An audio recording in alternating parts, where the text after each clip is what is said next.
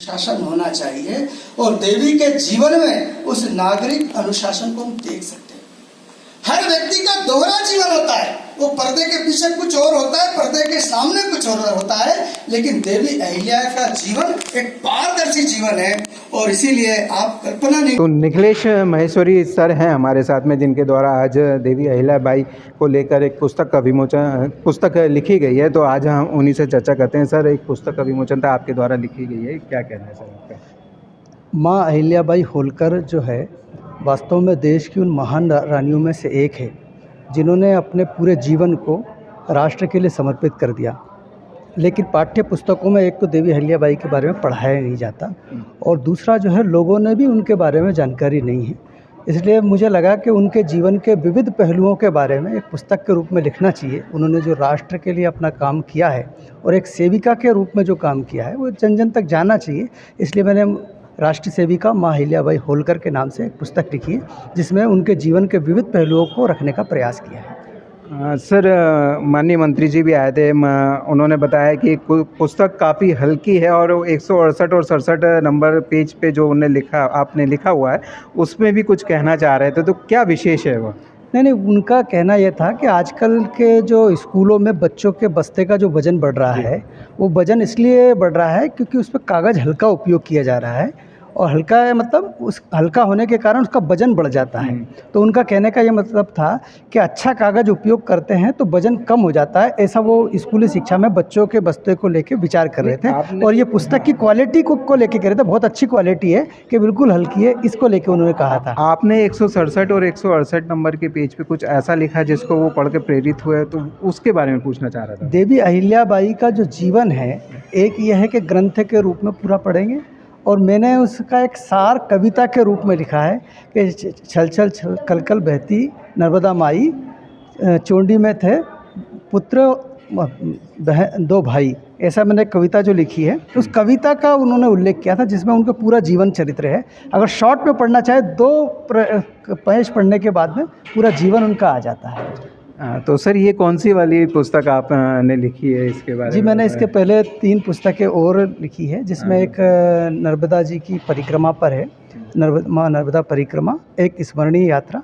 दूसरी पुस्तक जो है जो अमृत महोत्सव था आज़ादी का, उस पे जो राष्ट्र महापुरुष थे उनके जीवन पर लिखी थी, राष्ट्रीयता के अमृत पुष्प। और एक डॉक्टर भीमराव अंबेडकर के नाम से राष्ट्र ऋषि डॉक्टर बाबा साहब भीमराव अंबेडकर, ऐसी एक पुस्तक मैंने लिखी है और ये मेरी चौथी पुस्तक थी, राष्ट्रीय सेविका माँ अहिल्याबाई होलकर। तो कुल मिला के ये कहा जाए कि जो माता अहिल्याबाई के है जीवन के ऊपर पूरा कुछ इसमें पूरा वर्णन मिल जाएगा। जी, वो पूरा वर्णन तो देखो क्या है, उनका जीवन बहुत विशाल जीवन है। हाँ, लेकिन उसको जो है कम समय में पढ़ने के लिए एक अच्छा मटेरियल है जिसमें उनका जीवन चरित्र, उनके काम के विविध पहलू उसमें रखने का प्रयास किया है। लोग पढ़ेंगे तो उसमें आनंद भी आएगा और उनके जीवन को समझने का अवसर भी। उनका स्वागत कर रहे हैं, बहुत बहुत स्वागत। संचालक जी का मकान जी की ओर से स्वागत सत्कार हो रहा है।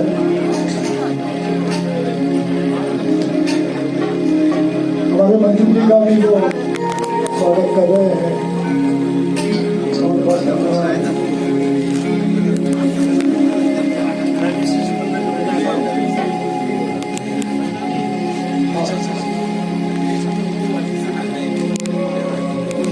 हमारे बीच में आदरणीय भगवान दास जी सुल्तानी हमारे विधायक हैं, वो भी हमारे बीच में उपस्थित हुए हैं। और एक राष्ट्रीय कवि है शशिकांत जी, अच्छे कवि हैं शशिकांत जी यादव, वो भी हमारे इस कार्यक्रम में बना रहे हैं। उनका भी स्वागत करता हूँ, उनका भी धन्यवाद। शासन होना चाहिए और देवी के जीवन में उस नागरिक अनुशासन को हम देख सकते हैं। हर व्यक्ति का दोहरा जीवन होता है, वो पर्दे के पीछे कुछ और होता है, पर्दे के सामने कुछ और होता है, लेकिन देवी अहिल्या का जीवन एक पारदर्शी जीवन है और इसीलिए आप कल्पना नहीं कर सकते ऐसे ऐसे लोग जिन्होंने देवी की गुणगान सुना और वो अपने आप में बड़े थे। साथ में सर, जिनके द्वारा देवी अहिल्याबाई के ऊपर पुस्तक लिखी गई है और सर ने 3 पुस्तकें और लिखी हैं और तब तक देखते रहिए गुड लक मीडिया न्यूज़। तो परिवहन मंत्री और स्कूली शिक्षा मंत्री उदय प्रताप सिंह जी हमारे सर पुस्तक का विमोचन करने के लिए आए थे, क्या कहना सर?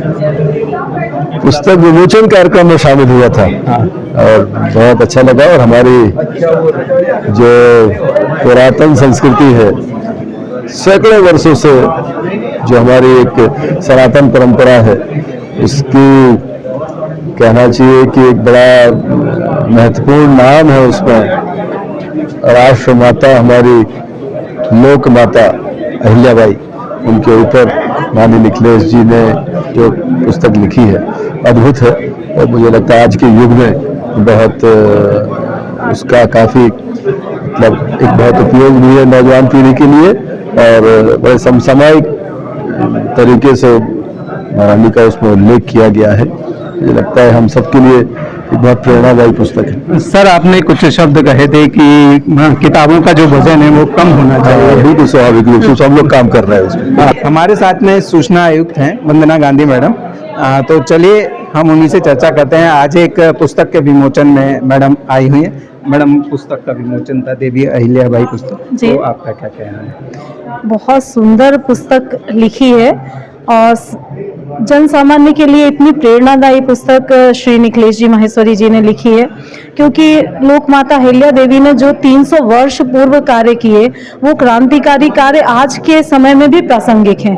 जैसे उन्होंने महिला सशक्तिकरण के लिए काम किए, या उनकी इतनी अच्छी न्याय व्यवस्था थी जिसमें कोई भी किसी के लिए भी क्षमा नहीं थी अपराधी के लिए, और अपराधी के परिवार जनों के लिए पूरी मातृत्व के हिसाब से पूरी उनकी केयर करती थी। और भी बहुत सारे जो उनके गुण थे वो हमें आज के समय में भी अपनाने चाहिए। उनके किंचित मात्र भी गुण अगर हमने अपना लिए तो पूरे समाज की दिशा और दशा ही बदल जाएगी। इसलिए इतने अच्छे विषय पे इतने सुंदर तरीके से इतने अच्छे अच्छे दृष्टांत देते हुए श्री निखिलेश जी माहेश्वरी जी ने ये पुस्तक का लेखन किया है कि जन सामान्य को इसको पढ़ने में भी रुचि होगी, और ऐतिहासिक इतनी अच्छी घटनाओं को जानकर गर्व से वो भर उठेंगे पाठकगण कि सोचिए हमें हमारे बीच में इतनी अच्छी रानी, प्रजावत्सल, शासिका कहें, लोकमाता के रूप में उन्होंने जो कार्य किए पूरे देश भर में।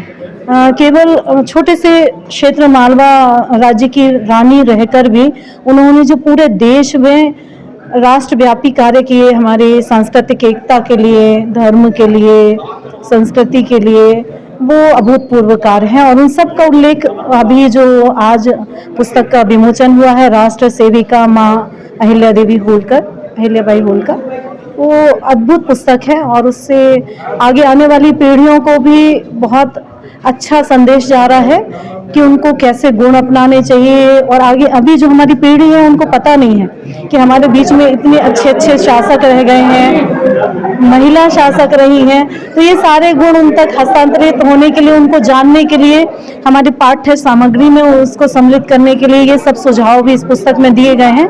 और वाकई में निश्चित तौर पर पाठ्यक्रम में इस देवी अहिल्याबाई के चरित्र को सम्मिलित किया जाना चाहिए। तो ये सारी चीज़ें लेकर और मैं माहेश्वरी जी को शुभकामनाएं। और